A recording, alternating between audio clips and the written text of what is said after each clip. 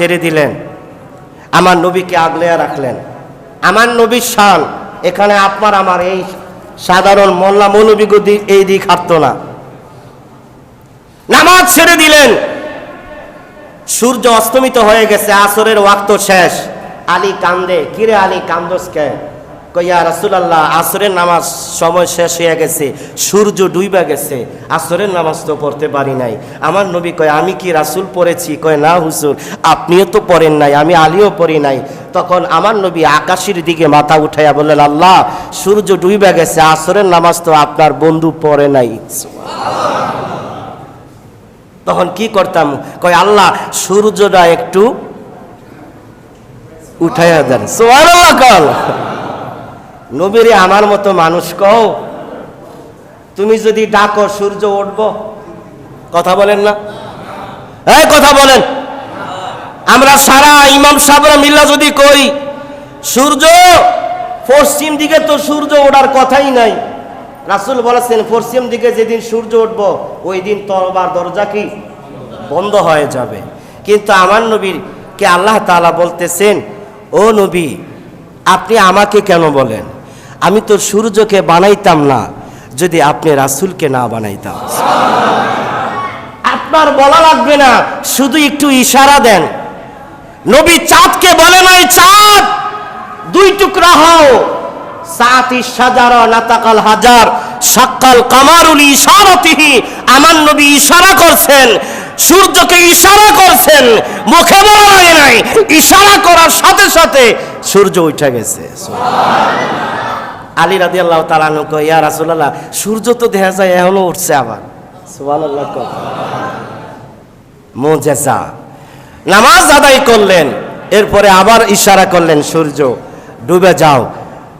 ডুবন্ত সূর্য উঠল, রাসূল আরবি আলীকে নিয়ে নামাজ আদায় করলো, এরপরে আবার উঠন্ত সূর্য ডুবে গেল। সুবহানাল্লাহ। কোন নবী?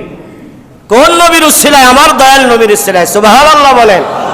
আচ্ছা, তো সেই নবীর ঈদে মিলাদুন নবী সর্বশেষ আরেকটা দলিল দিচ্ছি আমি। সূরা মায়েদার 3 নম্বর আয়াত। কয় নম্বর? এই আয়াতটা একটা হাদিসের মাধ্যমে আসছে, খেয়াল করবেন, 2 মিনিট খেয়াল করবেন। আন উমর ইবনুল খাত্তাব রাদিয়াল্লাহু তাআলা আনহু আল্লাহ রাজুলান মিনাল ইয়াহুদ, ইহুদিদের একটা লোক, যিনি ইহুদি বড় পণ্ডিত ছিল, তার নাম কাবুল আখবার। কাবুল আখবার ইহুদিদের বড় একজন পণ্ডিত। খেয়াল করবেন, নাম কি? কাবুল আখবার। হযরতে ওমর ইবনুল খাত্তাব সহিহ বুখারীর বর্ণনায়, তিরমিজির বর্ণনায় আসছে, ইহুদি আসার পরে ইহুদি বলল, ইয়া আমিরুল মুমিনিন খলিফাতুল মুসলিমিন, আয়াতুল ফি কিতাবিকুম তাকরাউহা। আপনাদের কোরআনে কিতাবের মধ্যে এমন একটা আয়াত আছে যে আয়াতটা আপনারা তেলাওয়াত করেন। সুবহানাল্লাহ।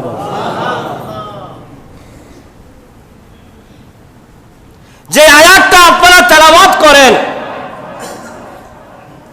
ওই আয়াতটা লাউ আলাইনা আনিল ইয়াহুদ, যদি আমাদের ইহুদিদের উপরে ওই আয়াতটা নাজিল হতো, আনিল ইয়াহুদ ওয়া নাযালাত লাত্তাখাযনাহা ইয়াউমান ঈদান, যদি আমাদের নবী মুসা কালিমুল্লাহর উপরে ওই আয়াতটা নাজিল হইতো, তাহলে ওই দিনটাকে আমরা ঈদের দিন হিসাবে পালন করতাম। সুবহানাল্লাহ।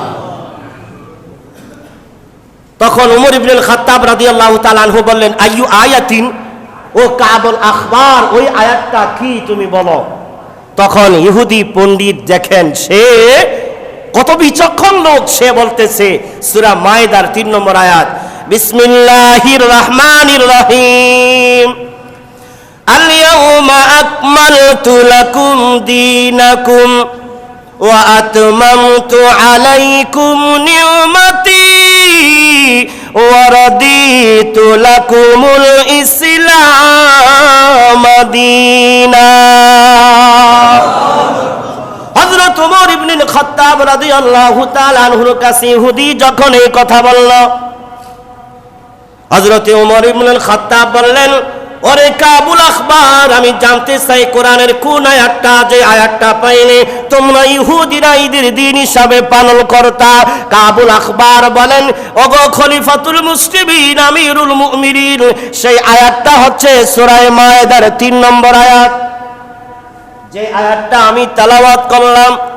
হযরত ওমর ফারুক রাদিয়াল্লাহু তাআলা আনহু ডাক দিয়া বলেন, কদ আরাফনা, আমি জানি এই আয়াতটা কি। সুবহানাল্লাহ বলেন।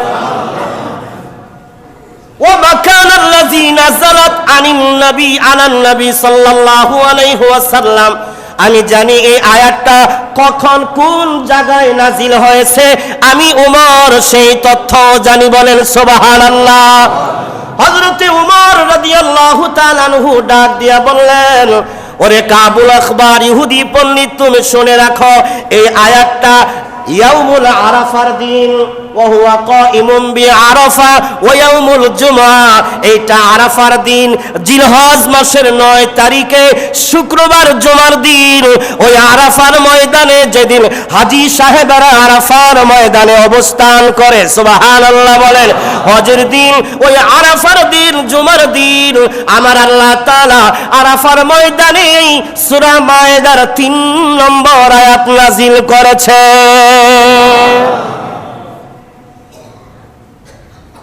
তিরমিজির বর্ণনায় আসছে, যারা বলে ঈদ শুধু ঈদুল ফিতর এবং ঈদুল আজহা, ভুল। ইবনে আব্বাস থেকে বর্ণিত যে ইয়াউমুল আরাফার দিন এবং শুক্রবার দিন হচ্ছে ঈদের দিন। বলেন সুবহানাল্লাহ। এই 4-5টা দলিল দিলাম হাদিস থেকে এবং কোরআন থেকে, প্রমাণ করলাম যে ঈদ মিলাদুন নবী কোরআন দ্বারা প্রমাণিত। সুবহানাল্লাহ বলেন। আল্লাহ তাআলা আমল করার তৌফিক দান করুক। বলেন আমিন। আরো জোরে বলেন আমিন। এইবার আমি ঈদ মিলাদুন নবী সম্পর্কে